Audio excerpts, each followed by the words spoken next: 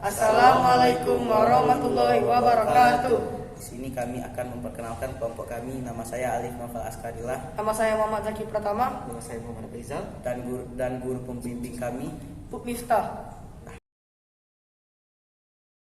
Pengertian pasar modal. Pasar modal secara umum adalah kegiatan yang berkaitan dengan penawaran umum dan perdagangan efek perusahaan publik yang berkaitan dengan efek yang diterbitkan, serta lembaga dan profesi yang berkaitan dengan efek. Jenis-jenis pasar modal. Pasar perdana atau primary market.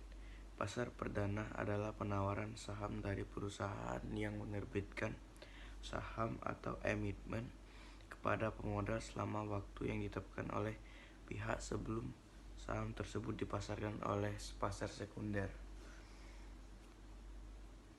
2. Pasar sekunder atau secondary market. Pasar sekunder didefinisikan sebagai perdagangan saham setelah melewati masa penawaran pada pasar perdana. 3. Third market atau pasar ketiga. Tempat perdagangan saham atau sekuritas lain di luar bursa atau over the counter market. 4. Pasar keempat atau fourth market.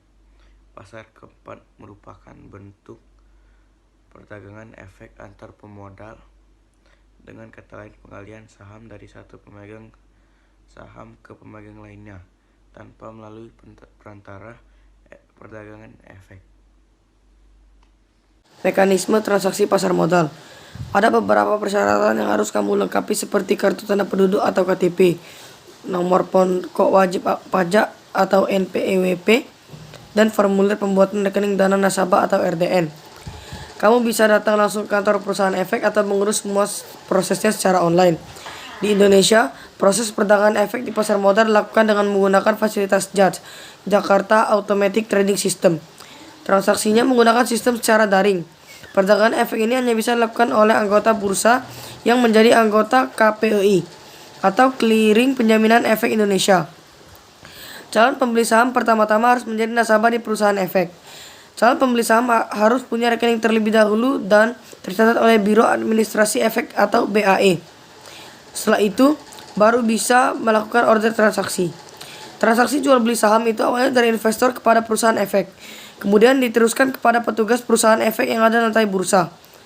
Petugas lantai bursa kemudian memasukkan pesanan sistem ke JATS. Di tahap ini, ada komunikasi jual beli antara broker atau petugas perusahaan efek dan investor. Setelah pesanan yang masuk ke JATS ini bertemu dengan harga yang muncul pada sistem JATS, maka transaksi sudah selesai. Informasi bahwa order telah selesai kemudian diinformasikan kepada investor. Lalu, tahap akhirnya adalah penyelesaian transaksi. Pada tahap ini, ada proses clearing, transfer atau pemindah bukuan yang dilakukan oleh KPEI. Dan proses lain sebelum investor memperoleh haknya yang beberapa uang telah menjual saham atau berupa saham yang dibelinya.